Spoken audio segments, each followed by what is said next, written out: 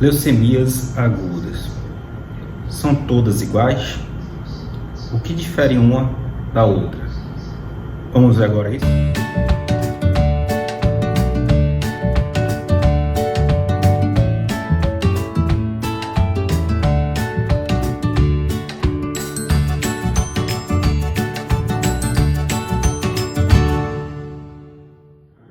Olá, meu nome é Gedson Cruz, médico hematologista do canal Hemato na Web. Nós somos abordados diversas vezes por pacientes, colegas, seja por pessoas apenas que estão em dúvidas acerca de leucemias agudas. Não raramente nós somos questionados sobre aquele caso que tem anemia há um tempo e vai virar leucemia. Vamos ver um pouquinho disso nesse vídeo agora e, de antemão, claro, peço que, se você acha que esse conteúdo é interessante e pode ser útil para outras pessoas, compartilha, manda para outra pessoa dizendo, vi esse canal lá no YouTube, Hemato na Web, achei muito interessante esse conteúdo e estou passando para você, porque você pode gostar também. E, claro, você também, se gostar, curta, porque assim engrandece o nosso canal também. Pois bem, as leucemias agudas é um tipo de doença, na verdade um grupo de doenças que possui a característica de ter células chamadas de blastos, e esses blastos eles ocupam o espaço das células normais. Como eles ocupam? Os blastos, que são células mais imaturas, eles têm uma capacidade de divisão muito rápida. Eles crescem, se proliferam e começam a invadir áreas que não eram para invadir da medula óssea. E com isso acaba atrapalhando a produção de sangue normal. Então, por isso, de antemão a gente já sabe que a pessoa com leucemia aguda pode ter anemia, pode ter plaqueta baixa, que a gente chama de trombocitopenia, e pode ter queda das células de defesa do organismo, fazendo com que ele fique mais suscetível à infecção. Certo? Bem, mas não é somente assim que a leucemia aguda aparece. A leucemia aguda, ela é fruto de uma sequência de mutações. Muitas vezes mutações que ocorrem bem antes daquele momento da pessoa e que não passa nenhuma informação significativa e muitas vezes a pessoa não tem nada. Outras mutações ocorrem e aí faz com que a pessoa tenha o disparo para que aquela célula fique maligna. Então, o blasto ele passa a ter essa capacidade de divisão e de proliferação muito exacerbada, fazendo com que ocorra invasão até de outros órgãos. A causa da leucemia não está bem clara. Existem relatos de que alguma exposição a alguns determinados agentes virais infecciosos possam ser causas. Outras questões relacionadas à exposição a determinados agentes físicos, químicos ou até mesmo biológicos também estão relacionados ao caso das leucemias agudas, mas não é uma causa certa, ou seja, assim como a gente sabe que tuberculose é causada pelo bacilo da tuberculose. Mas isso tem sido fruto de várias pesquisas. Inclusive, diversas teorias têm saído acerca da origem das leucemias. Uma coisa importante é que as leucemias elas possuem um comportamento distinto conforme a faixa etária. Então, existem leucemias que são mais comuns em pacientes mais idosos e existem leucemias que são mais comuns em pacientes mais jovens e até mesmo bebês. Isso mesmo, bebês. Alguns bebês, que é a chamada leucemia do infante, possui um risco de leucemia, e essa leucemia geralmente ocorre ali no primeiro ano de vida, é bem típica uma mutação genética nesse tipo de leucemia. Mas o que diferencia das leucemias agudas das leucemias que não são agudas, chamadas leucemias crônicas? Bem, o que diferencia é exatamente a falta das células normais. Enquanto nas leucemias crônicas as pessoas têm a vida das células normais preservada, até determinado momento, nas leucemias agudas isso está comprometido, porque ocorre uma proliferação muito rápida dessas células, que são os blastos, e esses blastos fazem com que muitas células normais acabam sem a possibilidade de crescimento normal e aí começa a faltar células normais no sangue, uma situação que a gente chama de falência medular. Só que essa falência medular não é aquela falência medular por causa de uma substância tóxica, não é por causa de falta de algum elemento, é porque a medula óssea está sendo invadida por blastos, por células malignas. Existem dois grandes grupos de leucemias agudas, de forma bem simples, mas a gente sabe que existe, na verdade, uma série de doenças que entram no grupo das leucemias agudas, mas de forma mais didática, nós costumamos dividir as leucemias agudas em dois grandes grupos. Um, que é a leucemia linfóide aguda, e o outro, que são as leucemias mieloides agudas. Vamos ver um pouquinho de cada uma? Bem, as leucemias linfóides agudas é a leucemia mais comum na infância. Não somente a leucemia mais comum, talvez seja o câncer infantil mais comum. Só que no adulto, toda evolução que é presente nas crianças nos últimos anos, conseguindo-se altas taxas de cura nessa faixa etária, não foi possível repetir nos adultos, apesar de que houve ganhos e avanços bastante significativos nos últimos anos. Uma coisa importante das leucemias linfóides agudas é que a célula doente é uma célula linfóide. Ela vem da mesma origem que tem o linfócito, ou seja, o chamado linfoblasto. Ela pode ser linfoblasto T, pode ser linfoblasto B, mas o incomum disso tudo é que o linfoblasto, que é a célula maligna, ela está ocupando espaço onde não deveria, infiltrando órgãos e aí levando a uma proliferação atípica de células, que é o que a gente conhece como leucemia linfoblástica aguda.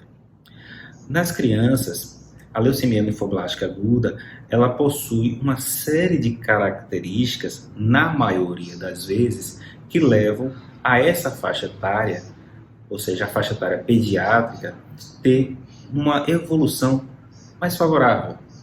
Mais favorável, mas não significa que todos curam. Infelizmente, a gente sabe que existe ainda uma porcentagem que, felizmente, vem se diminuindo com o passar dos anos, principalmente se ocorre um diagnóstico adequado, tratamento bem feito e uma estratificação de risco também bem feita. O que é cada um disso? O diagnóstico é o momento em que você descobre que tem a leucemia. Não costuma ser complicado. A maioria das vezes, o exame de sangue simples é capaz de fazer o diagnóstico. Às vezes, é complicado distinguir qual tipo de leucemia.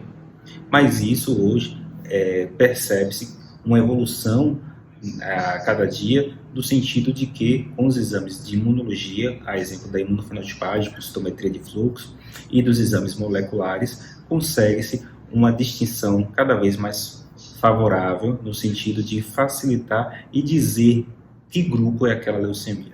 Ou seja, dá uma verdadeira identificação para aquela leucemia linfóide aguda. A estratificação de risco é o que vem depois. Ou seja, não basta apenas fazer o diagnóstico. Você tem que saber se aquela criança ela possui um risco baixo, um risco intermediário, um risco standard, um risco normal, ou um risco mais alto de evoluir com uma doença pior. E o que é uma doença pior? É a doença voltar ou a doença ter o risco de causar a morte daquela criança. Então, a gente já sabe que situações que eu tenho risco mais alto, eu vou tratar de forma mais agressiva, inclusive precisando até de transplante de células-tronco, que é, inclusive, um tema aqui de um vídeo no canal, vou deixar o link aqui em cima, mas também pode precisar de umas doses de quimioterapias mais agressivas ou até mesmo de um tratamento mais prolongado.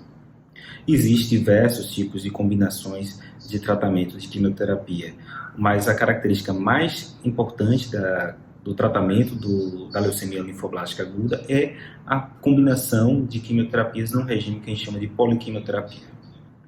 No adulto, a gente acaba importando muito disso do que ocorre com as crianças, mas infelizmente os resultados não são os mesmos.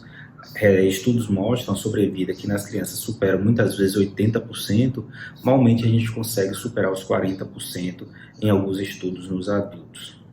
Isso ocorre por quê? As características de doença que eu falei um pouco antes, que é comumente visto nas crianças, que permite com que elas sejam tratadas de forma mais branda, na maioria das vezes. No adulto isso não ocorre, pelo contrário, existem características que levam a ele ter uma doença de maior risco e, portanto, mais quimioterapia e, na maioria das vezes, necessidade de transplantes.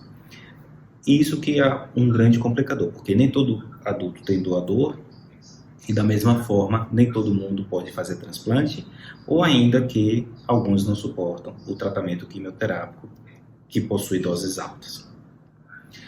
Enfim, o desfecho na criança é melhor do que no adulto, mas como eu falei, hoje a gente vem apresentando evolução significativa no tratamento da leucemia linfóide aguda, a ponto até de ter anticorpos monoclonais que são direcionados diretamente para uma célula doente, ou ainda uma tecnologia mais inovadora que vem sido testada e em alguns lugares já está disponível, que é a chamada CAR-T-cell. É uma grande promessa. Por quê? Porque ela é uma resposta imune direcionada contra uma célula maligna, que no caso é da leucemia linfóide aguda. Mas isso é também tema para um outro vídeo. Inclusive, comente aí se você achar que é interessante a gente postar sobre esse tema aí, inclusive com outras novas terapias hematológicas. Um outro grupo de leucemias são as leucemias mieloides agudas. Essas leucemias, distintamente das leucemias linfoblásticas agudas, não teve grandes revoluções no sentido de novas terapias. Pelo contrário, teve avanços, mas os avanços foram bem mais modestos. As leucemias mieloides agudas possuem uma tendência a se fazer mais presente nos adultos e possui um nível maior de risco nos idosos. Isso por quê?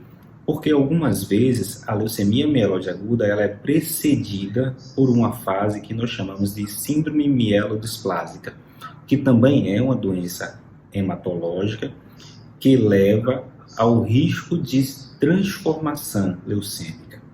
Ou seja, uma série de acúmulo de mutações genéticas ocorre e aí faz com que uma célula que já está anormal se transforme no blasto, que é o mesmo blasto que a gente já ouviu falar anteriormente. Só que dessa vez é um blasto mieloide. É um blasto que ocupa a medula óssea, fazendo com que a fabricação do sangue seja comprometida e, com isso, células normais são incapazes de serem produzidas.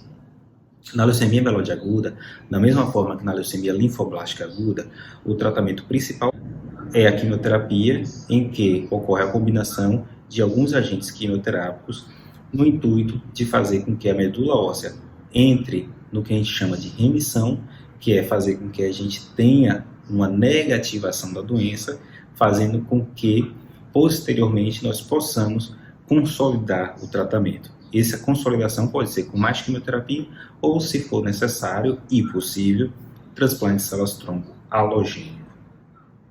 Da mesma forma que na leucemia linfoblástica aguda, as leucemias mieloides agudas possuem também estratificação de risco. Ou seja, a gente pode classificar as pessoas que estão doentes conforme a presença de determinados marcadores que são pesquisados em exames.